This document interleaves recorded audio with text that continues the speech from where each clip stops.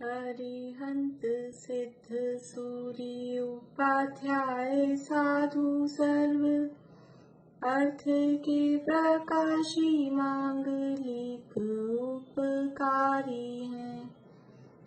तिन्ह को स्वरूप जान राग के भई जो भक्ति काय को नवाए स्तुति को जारी है। धन्य धन्य ते नहीं ते काज सब आज भई कर जोरी बार बार वंदना हमारी है। मंगल कल्याण सुख ऐसो हम चाहत हैं। हो मेरी ऐसी दशा जैसी तुम धारी है। हो मेरी ऐसी दशा जैसी तुम धारी है। मंगलमय मंगल करण वीत राग विज्ञान नमो ताहि जाते भई अरहंतादि महान। करि मंगल करि हो महा ग्रंथ करण को काज जाते मिले समाज सब आवे निज पद राज। इस भव तरु का मूल एक जानहु मिथ्या भाव ताको करि निर्मूल अब करिए मोक्ष उपाय करिए मोक्ष उपाय। मोक्षमार्ग प्रकाशक में निश्चयाभासी का प्रकरण अपना चल रहा है। निश्चयाभासी अर्थात जो निश्चय को तो जानता नहीं है वास्तव में और अपने को समझता है कि निश्चय प्रकट हुआ है और व्यवहार का सर्वथा निषेध करता है। निश्चय का एकांत ग्रहण करके व्यवहार का सर्वथा निषेध करता है, उसे निश्चयाभासी कहते हैं। इस निश्चयाभासी की 4 मुख्य विपरीत मान्यताएं। बोलिए अनिता आंटी।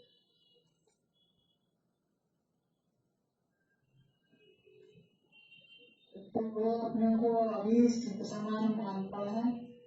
दूसरा वो अभी मध्य दृष्टि ज्ञान नहीं है, वो बहुत केवल ज्ञान मानता है।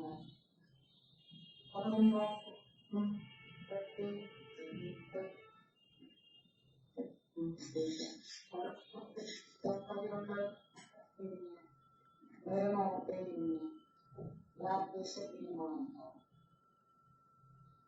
हो गए 4। आपकी आवाज क्या बीच में कट रही है।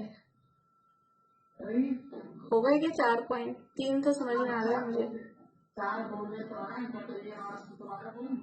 नहीं चलो ठीक है, बढ़िया है।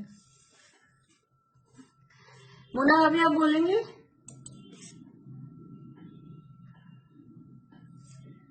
निश्चयाभासी की मान्यता के 4 बिंदु। हाँ बोल रही हूँ। बोलिए। निश्चयाभासी वो अपने आप को सिद्ध समान मानता है। हेलो। हाँ बढ़िया। हाँ वो अपने आप को केवल ज्ञानी रूप मानता है। हाँ और वो अपने रागादि भाव वगैरह को नहीं मानता है।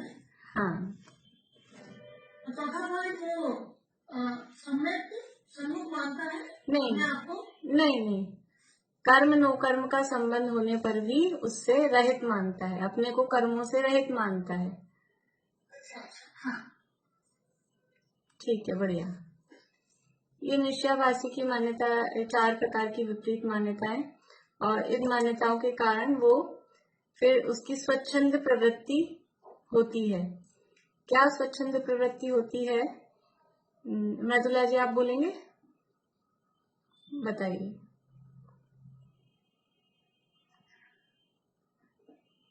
शास्त्र अभ्यास को निरंतर मानता है और त्रिलोक आदि तथा खान के विचार को विकल्प मानता है और तपस्या को व्रता शेष मानता है और व्रतादि को बंधन में पड़ा मानता है और पूजा आदि कार्य को सुभाषण जानकर और उनको बताता है। बहुत बढ़िया, बहुत अच्छा। ये उसके निश्चयभाषी की ये स्वच्छंदता है। शास्त्राभ्यास करना निरर्थक मानता है, शास्त्र क्यों पढ़ना, क्योंकि उसने क्या मान रखा है कि अभी मैं सिद्ध समान हूँ, मैं अभी शुद्ध हूँ, केवल ज्ञानी हूँ और हमें तो अपनी आत्मा का अनुभव करना बस। तो फिर शास्त्र क्यों पढ़ना, शास्त्राभ्यास निरर्थक है। और दूसरे शास्त्रों में भी और दूसरी जो बातें हैं, गुणस्थान, मागना स्थान, त्रिलोक आदि का विचार, ये सब तो विकल्प हैं, ये नहीं करना अपने को, ऐसा मानता है। और तपस्या करना तो बिना बात ही शरीर को कष्ट देना है, तो तपस्या करने को भी क्लेश करना मानता है। प्रतिज्ञा लेने को बंधन में पड़ना मानता है, हम बंधन में क्यों पड़े प्रतिज्ञा लेकर, व्रत आदि लेकर। और पूजा पाठ करना से तो आश्रव होता है, शुभाश्रव है, इसलिए वो भी नहीं करनी चाहिए, ऐसा वो मानता है। यहाँ अपना पॉइंट चल रहा है, व्रत आदि को बंधन मानता है। और फिर कहता है कि हमारे तो परिणाम शुद्ध है, हम तो बस व्रत नहीं लेंगे, परिणाम शुद्ध रखेंगे। तो ऐसा नहीं होता है। जब कोई कार्य हो रहा है, बाहर में कोई क्रिया हो रही है, कोई प्रवृत्ति हो रही है, वो बिना परिणामों के नहीं होती है। जैसे परिग्रह के संबंध में भी जो श्वेतांबर मत का जो प्रसंग होता है, वैसा ही कहते हैं कि हमारे बाहर में वस्त्र हैं, पात्र हैं, लेकिन हमें उनसे ममत्व नहीं है। तो ऐसा नहीं होता है, अगर आपके ममत्व नहीं है तो वो छूटेंगे भी। और बाहर में परिग्रह दिख रहा है, इट मीन्स, इसका मतलब है कि आपके ममत्व है। ऐसे ही आप कह रहे हो हम भाव सिद्ध रखेंगे, बाहर में छोड़ा कि नहीं छोड़ा उससे क्या फर्क पड़ता है, तो ऐसा होता ही नहीं है, ये पॉसिबल ही नहीं है। अगर बाहर में उस रूप क्रिया दिख रही है, इसका मतलब अंदर में भाव है। भले ही वो भाव तीव्र हो, मंद हो, वो एक बात अलग है, लेकिन बिना भाव हुए वो क्रिया या वो प्रवृत्ति होती नहीं है। तो ऐसा होता नहीं है। फिर उसने तर्क दिया, हम परिणामों को रोके, हिंसा भी कम करें, लेकिन प्रतिज्ञा करने में तो बंधन होता है। हम भले वो काम नहीं करेंगे, लेकिन हम प्रतिज्ञा नहीं लेंगे। तो कहा कि फिर वो आपको अवियमन रूप पाप तो लगता ही रहेगा। जो आपने प्रतिज्ञा नहीं ली है, तो आपको उसका कनेक्शन नहीं कटाया, तो बिल तो आपके आता ही रहेगा, पाप तो आपको लगेगा ही लगेगा। इसलिए प्रतिज्ञा करना योग्य है। फिर कहा, न जाने कैसा उदय आए और प्रतिज्ञा भंग हो जाए, उससे तो और महापाप लगेगा। तुम ऐसी प्रतिज्ञा क्यों ले रहे हो कि जो तुम्हें बाद में छोड़नी पड़े। जितना निर्वाह होता जाने, जो अपनी शक्ति दिखाई दे रही है, उस हिसाब की प्रतिज्ञा ले। अभी खुद से कभी एक आसन ही नहीं होता है, शरीर में इतनी शक्ति नहीं है। एक आसन करते हैं तो सिर दुखने लग जाता है और अगले दिन सुबह चक्कर आने लग जाते हैं, और फिर एक साथ कह देंगे हम तो 1 महीने के उपवास करेंगे। तो जब तुम्हारी शक्ति दिख रही है क्या, उतनी प्रतिज्ञा लेना जितना अपने से होता है, उस हिसाब का ही व्रत आदि के लिए जैसा जिस तरीके से निभता है। तो अपनी प्रतिज्ञा ग्रहण करते समय ही अपने परिणाम, अपनी शक्ति का विचार करें, और फिर जो प्रतिज्ञा ली उस प्रतिज्ञा में दृढ़ रहें कि मरण भी हो जाए तो भी हम उस प्रतिज्ञा को नहीं छोड़ेंगे। चाहे शॉर्ट टाइम के लिए भी जो प्रतिज्ञा ली है ना, तो जितने समय के लिए लिए उतने समय के लिए, 1 घंटे के लिए भी प्रतिज्ञा ली है कि अब हम 1 घंटे तक कुछ नहीं खाएंगे पिएंगे, तो उस 1 घंटे के बीच में अब उस प्रतिज्ञा को निभाना है कि अगर अभी 1 घंटे में मरण होता हो तो हो, हमारा त्याग है। ऐसा नहीं कि अब 1 घंटे के लिए प्रतिज्ञा ली थी और उसमें भी आप ये तो 1 घंटे के लिए तो ली थी, क्या हो गया, इसको तो छोड़ सकते हैं, ऐसा नहीं। चाहे जीवन भर के लिए लिया हो तो भी उसको निभाना, और चाहे शॉर्ट टाइम के लिए लिया हो तो भी इतने समय के लिए ली है, उतने समय तक तो उसको यथा योग्य तरीके से निभाना चाहिए। आगे देखिए पेज नंबर 204 पे नीचे से सेकंड पैरा, यहाँ ऊपर बात बता दी थी, बिना प्रतिज्ञा किए व्रति संबंधी बंध नहीं मिटता है। ये अपन ने कल पढ़ा था, एक बार फिर से पढ़ के फिर आगे बढ़ते हैं सेकंड पैरा। तथा आगामी उदय के भय से प्रतिज्ञा न ली जाए तो उदय को विचारने से सर्व ही कर्तव्य का नाश होता है। जैसे अपने को पचता जाने उतना भोजन करे, कदाचित किसी को भोजन से अजीर्ण हुआ हो और उस भय से भोजन करना छोड़ दे तो मरण ही होगा। कोई एक चीज किसी ने खाई और वो उसको नुकसान कर गई, तो ऐसा तो नहीं है वो हर व्यक्ति वो वस्तु ही खराब है या वो वस्तु ही नुकसान करने वाली है और हर व्यक्ति वो वस्तु नुकसान ही करेगी, ऐसा तो नहीं है। मान लीजिए किसी छोटे बच्चे को अपन ने बाटी पकड़ा दी और कड़क थी, अब छोटा बच्चा था और वो निगल गया और उसके गले में अटक गई, और समझ लो कि ऐसा भी हो जाए कि उसकी सांस अवरुद्ध हो जाए तो मरण भी हो जाए। अब ऐसा सोच के, अभी तो बाटी की बात क्या, रोटी खाने से ही कोई गलत तरीके से खा ले और अटक जाए गले में या इधर उधर सांस नली में चली जाए और मरण हो जाए किसी का, तो कि नहीं भोजन करने से तो वो सांस नली में जा सकता है इसलिए अपन तो भोजन ही नहीं करेंगे, तो क्या होगा, वो वैसे ही मर जाएगा। भोजन नहीं करेगा तो क्या होगा, शरीर कहाँ से चलता है बिना भोजन किए, यथा योग्य भोजन करना भी पड़ता है ना उसके लिए। तो ऐसे कोई किसी को कोई चीज नुकसान कर जाए, किसी को किसी चीज से नुकसान हो जाए, इससे सब लोग तो भोजन करना नहीं छोड़ते। ऐसे ही किसी ने कोई प्रतिज्ञा ली और उस प्रतिज्ञा को उसने तोड़ दिया या वो प्रतिज्ञा उससे नहीं निभी, उसकी कोई गलती रही, ये देखकर कोई भी व्यक्ति प्रतिज्ञा नहीं ले, ये तो उचित नहीं है। तो आगामी उदय के भय से ऐसी प्रतिज्ञा नहीं लें तो फिर तो कुछ कर ही नहीं सकते हैं, कोई काम ही नहीं कर पाएंगे इस तरह से। तो जितनी अपने से निर्वाह होता जाने उतनी प्रतिज्ञा करें। कदाचित किसी के प्रतिज्ञा से भ्रष्टपना हुआ हो और उस भय से प्रतिज्ञा करना छोड़ दे तो असंयम ही होगा। आगे उदाहरण दिया है पंडित जी साहब ने, अगर गधा मिश्री खाकर मर जाए तो सज्जन पुरुष तो मिश्री खाना नहीं छोड़ेंगे। मान लो मिश्री तो अच्छी चीज होती है, मीठी चीज होती है। अभी जैसे दिन में अपनी बात चल रही थी ना, नीम कांजी वेश हलाल, तो कड़वी चीज खा के तो मर जाए व्यक्ति, जहर कड़वा होता है इसलिए मर जाता है। और कोई ऐसी कड़वी चीज, कड़ी तुमड़ी उदाहरण आता है शायद पुराणों में कि मुनिराज को कड़ी तुमड़ी का आहार दे दिया तो उनका मरण हो गया मुनिराज का। तो ऐसे कड़वी चीज से तो मर जाता है, ये तो समझ में आता है। अब किसी को मिश्री खिलाई और फिर भी उसका मरण हो जाए, तो गधे को मिश्री खिला दी और कदाचित मान लो उसका मरण हो गया मिश्री खाने से भी, जहर नहीं खिलाया, मिश्री खिलाई, अच्छी चीज खिलाई, फिर भी वो उसकी आयु पूरी होनी थी, मर गया तो मर गया, तो क्या हम मिश्री खाना छोड़ देंगे? तो सज्जन पुरुष क्या मिश्री खाना छोड़ देंगे? तो मिश्री छोड़ के क्या जहर खाया करेंगे? ऐसा थोड़ी ना होता है। तो यहाँ कह रहे हैं कि कदाचित किसी की प्रतिज्ञा से भ्रष्टपना हुआ हो और उस भय से प्रतिज्ञा करना ही छोड़ दो तो असंयम ही होगा सब चीजों में। जैसे कल भी मैंने कहा था, अब सड़क पे लोग निकलते हैं, एक्सीडेंट हो जाता है, तो हम क्या घर से निकलना ही छोड़ दें, बाहर जाना ही छोड़ दें? एक्सीडेंट भी होते हैं लेकिन काम तो नहीं छोड़ते। जैसे काम छोड़ देंगे तो जीवन कैसे चलेगा? जाना आना बाहर निकलना तो पड़ेगा ही ना। तो इसलिए कोरोना के काल में भी बिल्कुल पैक होके कोई नहीं रहा, जरूरी काम के लिए तो गए ही, भले ही सब लोग नहीं गए तो जेंट्स गए, जो भी गया जैसे भी, और कोई लोग आए भी, जो जरूरी थी वो चीजें तो हुई ना। ऐसे थोड़ी ना कि पूरा छोड़ दिया जाएगा, जब कोरोना फैल रहा है तो उस डर से सारे काम छोड़ देंगे, वो तो नहीं होगा। इसलिए जो बन सके वह प्रतिज्ञा लेना योग्य है। ऐसे डर के बैठने से काम नहीं चलेगा कि हमारी टूट जाएगी तो हम ले ही नहीं, ऐसा नहीं होता है। अभी तो सब में आप लगाओ, इतने सारे मान लो लोग, शादी होती है, अब शादी होती है, किसी हजारों में लाखों में करोड़ों में एक आध के किसी के तलाक हो जाते हैं, कोई सही नहीं चलती है किसी की, तो अब क्या करें कि नहीं शादी करते हैं तो फिर वो तो तलाक हो जाता है, इसलिए हम तो शादी नहीं करें। कोई ऐसा सोचे तो क्या होगा? हर चीज में, हर बात में ऐसे ही लगाए। कोई स्कूल पढ़ने जा रहा है और कोई बच्चा फेल होता हुआ दिखे तो इस स्कूल में पढ़ने से क्या है, तो फेल हो गया। अरे तो एक फेल हुआ है, बाकी के 60 पास हुए हैं, वो भी तो देख, वो नहीं दिखाई देता है। इसलिए अपने से जितना निर्वाह हो सके अपने हिसाब से वो प्रतिज्ञा करना योग्य है। तथा प्रारब्ध अनुसार तो कार्य बनता ही है। तू उद्यमी होकर भोजनादि किस लिए करता है?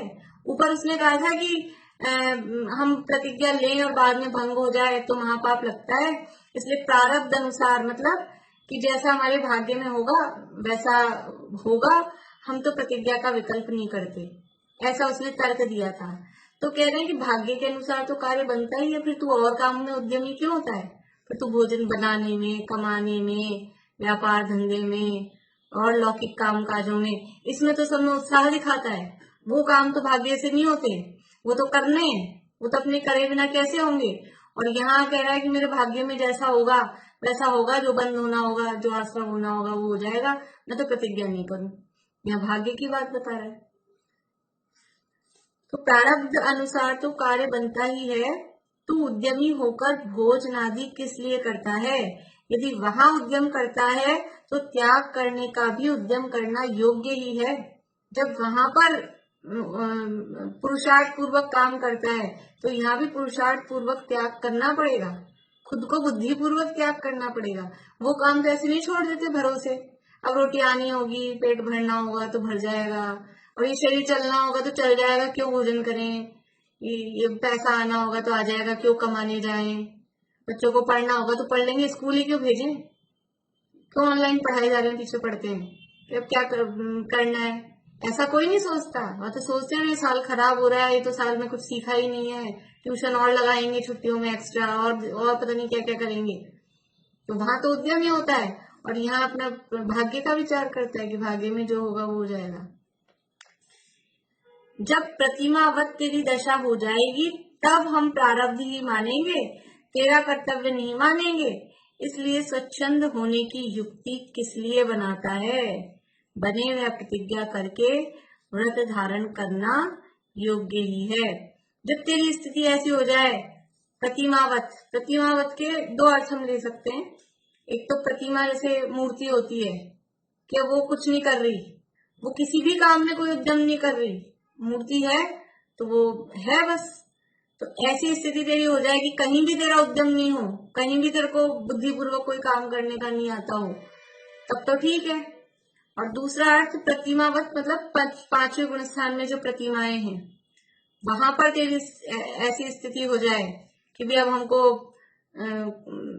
आरंभ त्याग कर दिया, परिग्रह त्याग कर दिया, ऐसी स्थिति अगर हो जाती है तो हम मानेंगे कि भी भाग्य में जो होगा वो होगा। लेकिन वो पहला अर्थ ज्यादा उचित लगता है, क्योंकि वो तो वहां तो प्रतिज्ञा ले ही ली है पांचवें गुण स्थान वाले में। तो यहाँ तो प्रतिमावत तेरी दशा हो जाएगी, मतलब मूर्ति की जैसा तू हो गया कि कहीं कुछ नहीं कर रहा, तो हम मानेंगे कि प्रारब्ध को मान रहा है, भाग्य को मान रहा है, फिर हम तेरा कर्तव्य नहीं मानेंगे। इसलिए स्वच्छंद होने की युक्ति किस लिए बनाता है? ये जो तुम तर्क दे रहे हो ना सारे, ये जो तर्क दे रहे हो ये तो स्वच्छंदता के तर्क हैं, क्योंकि तुम्हें यहाँ कुछ करना नहीं है। रुचि कहाँ पड़ी है? रुचि विषय भोगों में, लौकिक कामों में तो रुचि पड़ी है। तो जहाँ रुचि होती है वहां तो उत्साह पूर्वक काम करता है, और जहाँ रुचि नहीं होती वहां भाग्य के भरोसे छोड़ता है आदमी। जहाँ रुचि नहीं होती है उसी को भाग्य के भरोसे छोड़ता है, बाकी तो जिसमें रुचि है उसको नहीं भाग्य के भरोसे छोड़ता। फिर तो अपन करेंगे, फिर तो हम नहीं करेंगे तो कौन करेगा, करना तो पड़ेगा ही, ऐसे ऐसे दिमाग लगाते हैं उसमें। बने वह प्रतिज्ञा करके व्रत धारण करना योग्य ही है। इसलिए जितना हो सके उतनी प्रतिज्ञा लेकर और व्रत धारण करना वो योग्य है, व्रत धारण करना ही चाहिए। तथा वह पूजनादि कार्य को 205 नंबर पेज पे ऊपर, तथा वह पूजनादि कार्य को शुभाशव जानकर हे मानता है। ये बात यहाँ पूरी हो गई प्रतिज्ञा संबंधी, व्रत संबंधी। अब जो लास्ट पॉइंट था, लास्ट पॉइंट की यहाँ पर बात कर रहे हैं।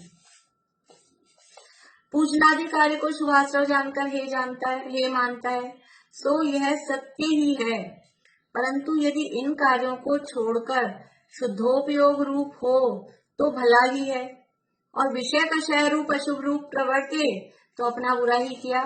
देखिए जो पॉइंट था ना पहले, जैसे शास्त्राभ्यास वाला था, गुण स्थान मानना स्थान का चिंतन वाला था, और अब ये वाला पूजनादि कार्यों का, इनमें सिमिलर सी बात है कि अगर तुम शुद्धोपयोग रूप प्रवर्तन कर रहे हो, निर्विकल्प दशा में हो, तब तो ठीक है, शास्त्राभ्यास भी मत करो, गुणस्थान का चिंतन भी मत करो, और पूजन पाठ भी मत करो।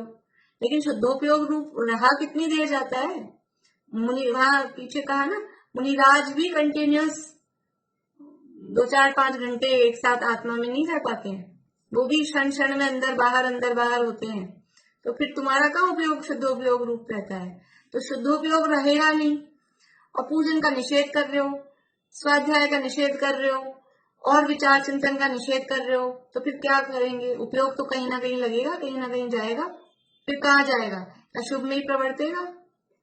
अशुभ में ही प्रवर्तेगा तो अपना बुरा ही किया, उससे क्या होगा? कम से कम शुभ में तो लगा हुआ है, अभी इसमें नहीं लगेगा तो क्या होगा?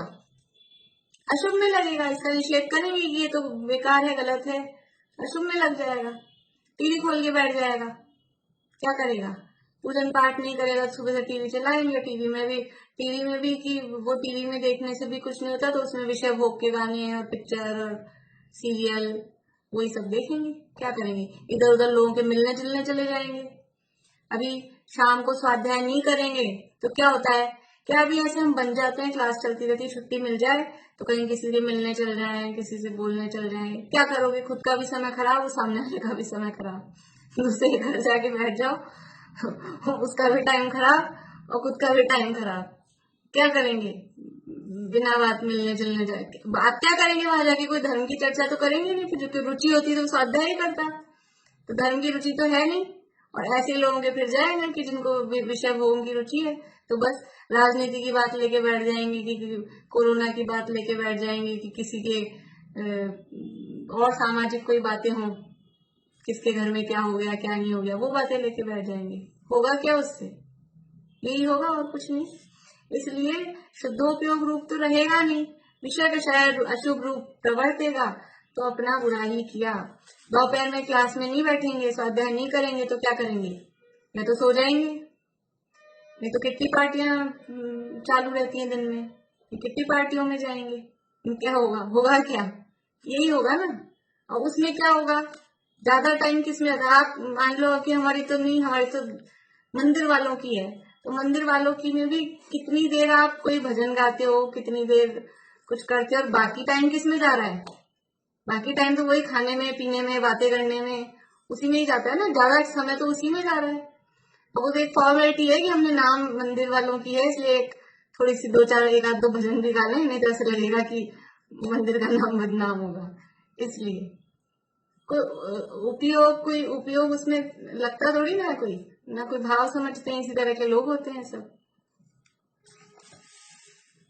इसलिए ये शुद्धोपयोग रूप हो तो भला है। शुद्धोपयोग, आप पूजन छोड़ के, स्वाध्याय छोड़ के, प्रवचन छोड़ के, यदि आप आत्मानुभव का कार्य कर रहे हो तो ठीक है, बिल्कुल नहीं आना पूजन में, प्रवचन में, फिर आप आत्मानुभव करो।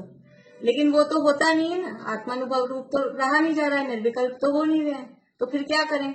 तो फिर ये करें तो वो बेटर है ना भाई। समझ लीजिए, जैसे बोलते हैं ना मामा से काना मामा अच्छा, या किसी की दोनों आंख फूटती हो तो एक बच जाए, और एक मतलब फूटनी है तो फिर जैसे से एक बच रही हो तो वो अच्छा। तभी तो बंद तो होगा ही, क्योंकि शुद्ध में रहा नहीं जा रहा, इसलिए बंद तो होगा ही। तो पाप बंद से वो शुभ में लगे और शुभ बंद हुआ, वो बेटर है ना। फिर इष्टोपदेश अपना ग्रंथ है पूज्यपाद आचार्य का, उसमें एक श्लोक आता है कि आपको कहीं वेट करना है किसी का। हमने टाइम सेट कर लिया कि हम सब मिलके यहाँ मिल जाएंगे स्मारक के गेट पे, और फिर कहीं चलना है अपने को, तो वहां गेट पे वेट करना है। तो क्या करें?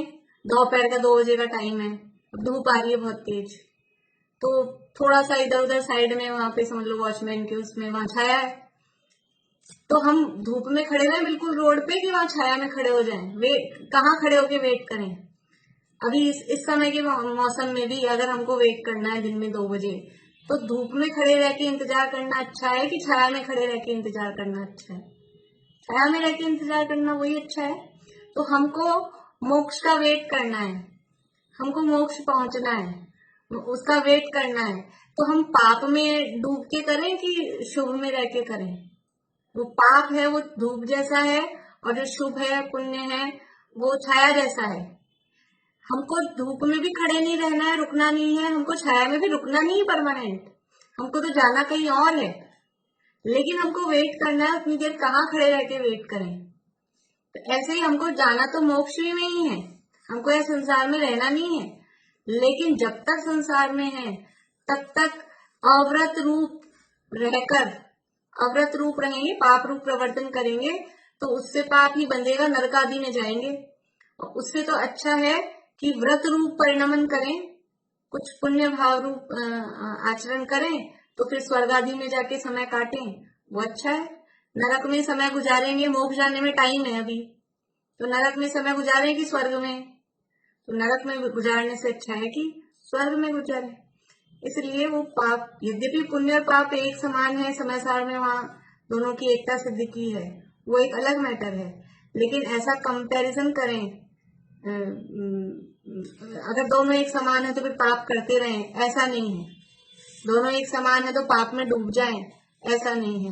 वो पाप से तो फिर पुण्य ठीक है, ऐसा है।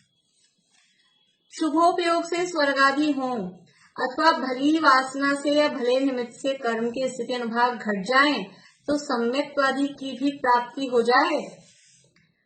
पुण्य और पाप एक समान है, हमने ये पढ़ लिया, सुन लिया। अभी निश्चयवासी ने वो भी तो पढ़ा होगा कि पुण्य और पाप तो एक समान है।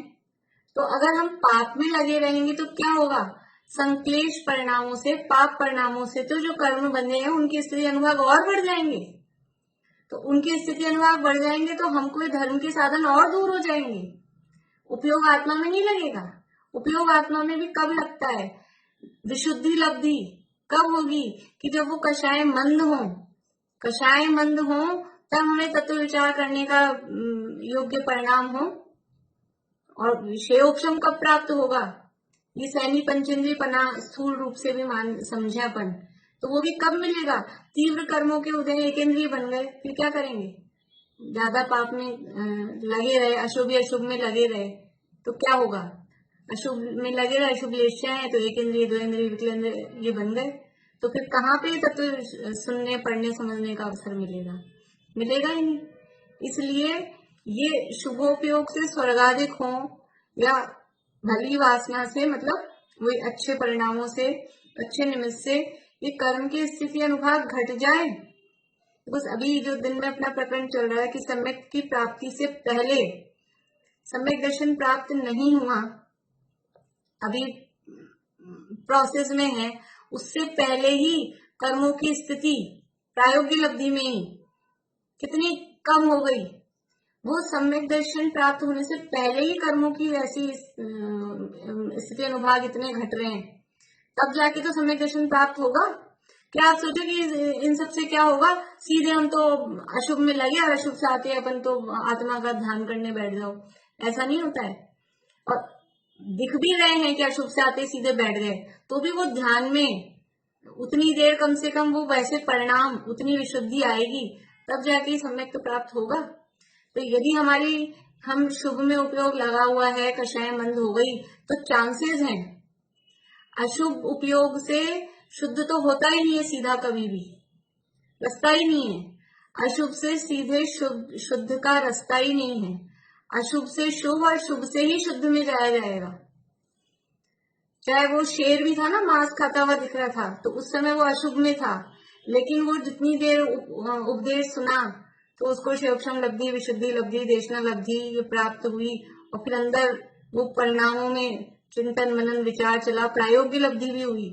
उसी समय उसको वो कर्मों की स्थिति अनुभाग इतने इतने कम हो गए, और फिर करण लब्धि पूर्वक फिर सम्यक दर्शन की प्राप्ति हुई। लेकिन अशुभ से अपने को लग रहा है वो हिरण मारते मारते सीधा उसको सम्यक दर्शन हो गया, लेकिन ऐसा नहीं है। वो भी अशुभ से शुभ परिणाम, ये जो लब्धियों के परिणाम है, ये क्या है, कौन सा भाव है, अशुभ भाव है, शुभ भाव है कि शुद्ध भाव है। 5 लब्धियों के जो परिणाम है शुभ भाव है, शुभ भाव है, तो अशुभ से पहले शुभ, ये 5 लब्धि रूप परिणाम होंगे, और तभी शुद्धोपयोग रूप अनुभव की दशा आएगी। करण लब्धि भी शुभ भाव ही, भले ही वो शुभ भाव की क्वालिटी बहुत सुपीरियर है, बहुत उच्च कोटि का है, बहुत उस शुभ को हम विशुद्ध परिणाम बोलते हैं क्योंकि वो शुद्ध के बहुत निकट है, लेकिन है तो शुद्ध तो नहीं है तो शुभ ही ना। इसलिए अशुभ से डायरेक्ट शुद्ध में नहीं आया जा सकता है। शुद्ध में आने के लिए ये शुभ वाला रास्ता ये पकड़ना ही पड़ेगा। देवशास्त्र गुरु के संयोग में आएगा ही नहीं, तो उसको ये पता कैसे चलेगा कि मैं जीव हूँ और मेरा स्वरूप क्या है? ये बताएंगे कौन? देवशास्त्र गुरु ही तो बताएंगे।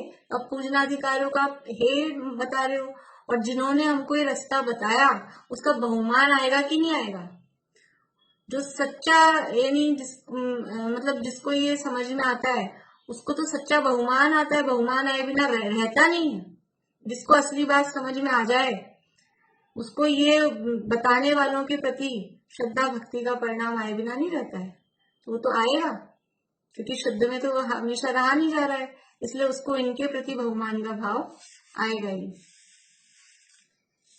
शुभोपयोग से स्वर्ग आदि हो अथवा भली वासना से या भले निमित्त से कर्म के स्थिति अनुभाग घट जाए तो सम्यक्त्वादि की भी प्राप्ति हो जाए, और अशुभोपयोग से नरक निगोदादि हो अथवा बुरी वासना से या बुरे निमित्त से कर्म के स्थिति अनुभाग बढ़ जाए तो सम्यक्त्वादि महादुर्लभ हो जाए। देखो अभी तो अपेक्षाकृत कथन है। अब जब हमको ये बताना होता है पुरुषार्थ के दिखता, तो कहते हैं नरक में भी जाके नरक में भी सम्यक दर्शन ले लेते हैं, असंख्यात नारकी सम्यक दृष्टि होते हैं, और स्वर्ग में भी जाकर वो तहते चैथावर्तन धरे वो हो जाता है, ऐसा भी होता है। लेकिन नरक में जो जीव सम्यक दर्शन प्राप्त करता है वो सरल है क्या? नरक में सम्यक दर्शन प्राप्त करना सरल है कि अभी हमको जो संयोग मिले हैं उसमें सम्यक दर्शन प्राप्त करना सरल है, या देवगति में सम्यक दर्शन प्राप्त करना सरल है? कि अभी अथवा देव में जब अनुकूलता है तब वो सरल है, इतनी भयंकर प्रतिकूलता में तो उसका महान पुरुषार्थ है, और वो कोई कुछ समझ लो पूर्व भाव का इस तरह का कुछ जाति स्मरण होता है, कुछ याद आ जाता है उसके अनुसार। नहीं तो इतनी मार काट लड़ाई में देह की इतनी शारीरिक वेदना, उसके भी हमारे जरा सा कुछ तबीयत खराब हो ना तो अच्छे मतलब धर्मात्मा दिखते हो, स्वाध्यायी दिखते हो, और उन तबीयत खराब में और आप कुछ बात करो निश्चय टाइप की ऐसे कि आत्मा शरीर में हुआ है, आत्मा में कहा अभी तुम रहने दो, अभी तो दवाई लाओ, अभी तो ये करो, इलाज करो, वो सब रह जाता है। जरा सी शरीर की वेदना में वो सब एक साइड में रह जाता है कि अभी तो पहले ये काम करो, अभी कुछ नहीं ये सब। और वहां कितनी भयंकर वेदना नरकों में, मार काट, वो शरीर ही अपने आप में अत्यंत कष्टदायक है। बाहर की मार काट तो जो है वो है, बाहर का एनवायरनमेंट जो कष्टदायक है वो तो है, लेकिन वो शरीर अपने आप में अत्यंत कष्टदायक है, सारे रोग वहां पे प्रकट हैं। और फिर उतनी प्रतिकूलता में सम्यक दर्शन प्राप्त करना वो आसान नहीं है, सरल नहीं है। अपनी जरा सी प्रतिकूलता आती है सब छूट जाता है, सब रह जाता है। शारीरिक प्रतिकूलता, कोई पारिवारिक प्रतिकूलता, और कोई समझ लो किसी भी तरह की प्रतिकूलता आती है तो ये सबसे पहले छूटता है। सबसे पहले कहाँ कटौती होती है? हमें समय निकालना है, तो कहाँ से समय निकालते हैं? इस समय तो 24 घंटे ही है ना, और कोई काम करना है तो कहाँ से समय निकलेगा?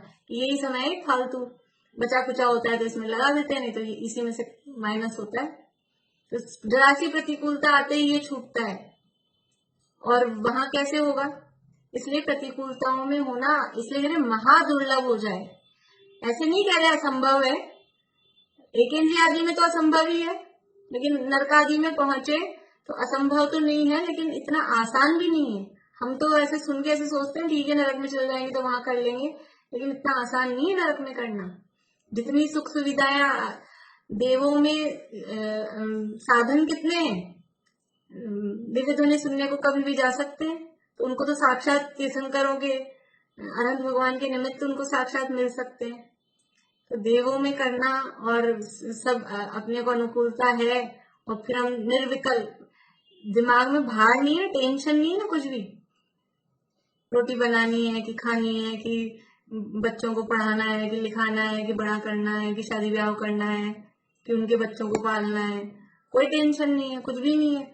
ये बाहरी झंझटों से निर्विकल्प है पूरा देवगति में, किसी तरह ना कोई शारीरिक कष्ट है। तो ऐसे देखा जाए अगर वास्तव में उसको सच्ची रुचि है तो वहां करना आसान है। इसलिए देखो जो जो प्रकरण चल रहा है वहां उसकी बात बताई जाएगी, जब पुण्य पाप की एकता की बात चलती है वो प्रकरण अलग है। अभी यहाँ प्रकरण जैसा मरीज है वैसी दवाई दी जा रही है, वैसी दवाई देनी चाहिए जैसी आपको समस्या है उसी हिसाब से। तो कह रहे हैं कि शुभोपयोग से स्वर्गाधिक हो अथवा भली वासना से भले निमित्त से कर्म की स्थिति अनुभाग घट जाए तो सम्यक आदि की प्राप्ति हो जाए। तो उपयोग अगर शुभ में लगता है, ये बात हमने कई बार देखी है कि हम अगर स्वाध्याय में इसमें उपयोग लगाते हैं तो कषाय मंद होती है और कषायों की मंदता से ज्ञानावरणादि कर्मों का सूक्ष्म अपने आप बढ़ता है, अपने आप ज्ञान बढ़ता है। ज्ञान बढ़ता है मतलब याददाश्त बढ़ जाती है, समझ में आने लग जाता है। ऐसा क्यों कहते हैं? आप पढ़ते रहो, पढ़ते पढ़ते समझ में आ जाएगा। ऐसा क्यों होता है कि पढ़ते पढ़ते समझ में आ जाता है? पहले जब स्टार्ट करते हैं तब नहीं आता था कुछ भी, और अब हमने कंटिन्यू किया है तो हमको समझ में आने लग गया। क्यों आने लग गया? क्योंकि अब हमने ये कंटिन्यू किया ना तो हमारी कषाय मंद हुई। कषाय मंद होती है तो ज्ञान बढ़ता है और कषाय तीव्र होती है तो ज्ञान कम हो जाता है। तो कषाय किससे मंद और तीव्र होती हैं? कि हमारे तो मंद ही है, हम तो कोई गुस्सा गुस्सा नहीं करते, हमको लोभ लालच भी नहीं है, इसका नाम मंद कषाय नहीं है। किसे मंद कषाय कहा था? जिसमें तत्व विचार हो सके, उसका नाम मंद कषाय है। आत्मा की रुचि जिसमें जागृत हो सके, उसका नाम मंद कषाय है। तो हम ये स्वाध्याय वगैरह करते हैं, जो भी देव पूजा, गुरु उपासना, स्वाध्याय, संयम, तपदान, जो भी हम ये करते हैं, तो उससे हमारे कषाय मंद होती हैं तो ज्ञान बढ़ता है। तो ज्ञान बढ़ता है तो हमको समझ में आने लग जाता है। ज्ञान बढ़ता है मतलब वो सूक्ष्म खुलता है तो वो अपने आप दिमाग चलने लगता है, स्मरण शक्ति बढ़ती है, याद रहने लग जाता है। इसलिए वो कर्म की स्थिति अनुभाग घट जाते हैं तो सम्यक आदि की प्राप्ति भी हो जाए। और अशुभोपयोग से तो नरक निगोद आदि हो अथवा बुरी वासना से या बुरे निमित्त से कर्म की स्थिति अनुभाग बढ़ जाए तो सम्यक आदि महादुर्लभ हो जाए। ये हम पीछे पढ़ के आए हैं। एक बार अगर एक इंद्रियादि पर्याय में चले गए, वितरस पर्याय छूट गई तो बहुत बहुत मुश्किल है, बहुत मुश्किल है निकल के आना। हम निकल के आ गए, इसकी हमको वैल्यू समझ में नहीं आ रही। नहीं तो एक इंद्रिय को कहाँ चांस है, वहां कहाँ शुभ भाव, वहां कोई देव पूजा, गुरु उपासना, स्वाध्याय, वहां कैसे वो शुभ भाव करेगा और कैसे ऊपर निकल के आएगा? यही नहीं हो रहे हमको, यही हम उसको हे बता रहे हैं, तो फिर वहां जाके कहाँ से होंगे? बहुत मुश्किल है निकलना, बहुत ही मुश्किल है। हमको इसकी मतलब दुर्लभता या कहें भयानकता वो ख्याल में नहीं आती है। अपने को सब चीजें मिली हुई है ना तो बढ़िया से क्या कहते हैं, चांदी चांदी दिखती है, चमक ही चमक दिख रही है, लेकिन समझ में आता नहीं है कि अभी चींटियां, कीड़े मकोड़े ये दिखते हैं कि हम इसमें चले जाएंगे, कि हम इसमें थे, हम ऐसे थे, ये विचार ही नहीं आता है। महादुर्लभ हो जाएगा, सम्यक आदि महादुर्लभ हो जाते हैं। तथा शुभोपयोग होने से कषाय मंद होती है और अशुभोपयोग होने से तीव्र होती है। सो मंद कषाय का कार्य छोड़कर तीव्र कषाय का कार्य करना तो ऐसा है जैसे कड़वी वस्तु न खाना और विष खाना। शुभोपयोग में कषाय मंद है, अशुभोपयोग में कषाय तीव्र है। अभी अशुभोपयोग मतलब समझो कि हम टीवी देख रहे हैं, सीरियल देख रहे हैं, और शुभोपयोग मतलब हम पूजा पाठ कर रहे हैं।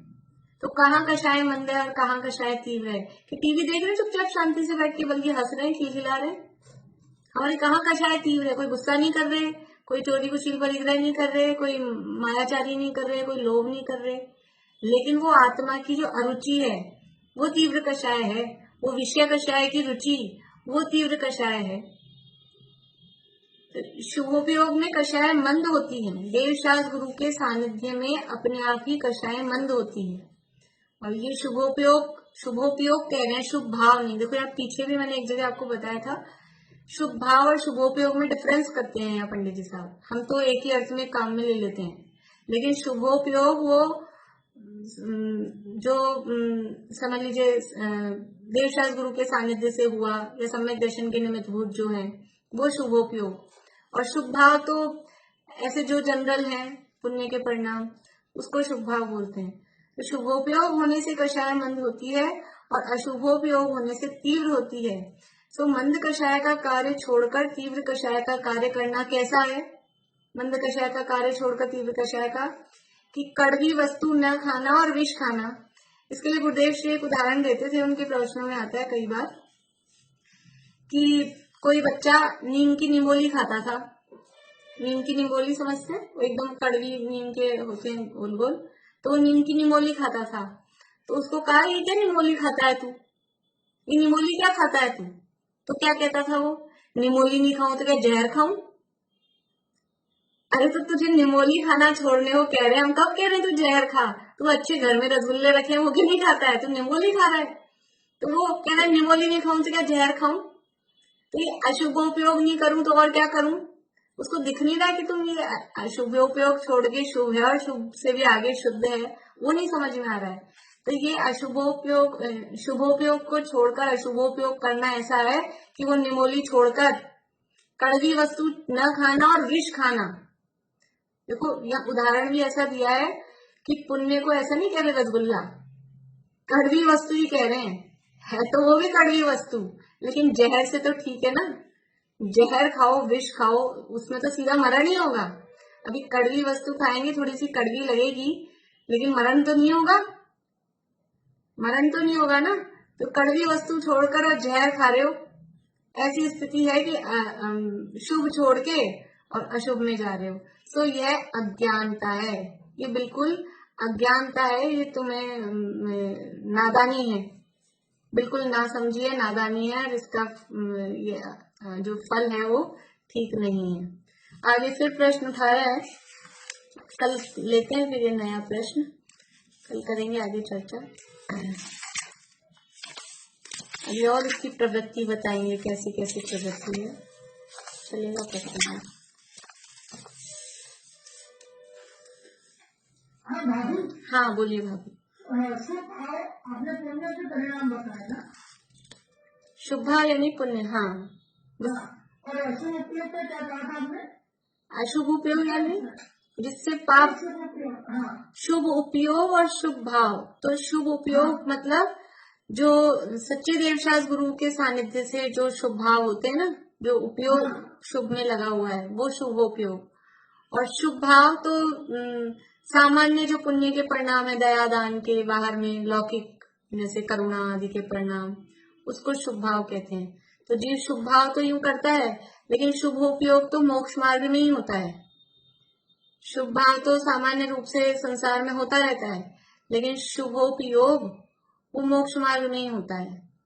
ऐसा इस तरह का अंतर करते हैं। बाकी जनरल दोनों को एक अर्थ में भी यूज में ले लेते हैं, शुभ भाव और शुभोपयोग एक अर्थ में भी यूज लेते हैं।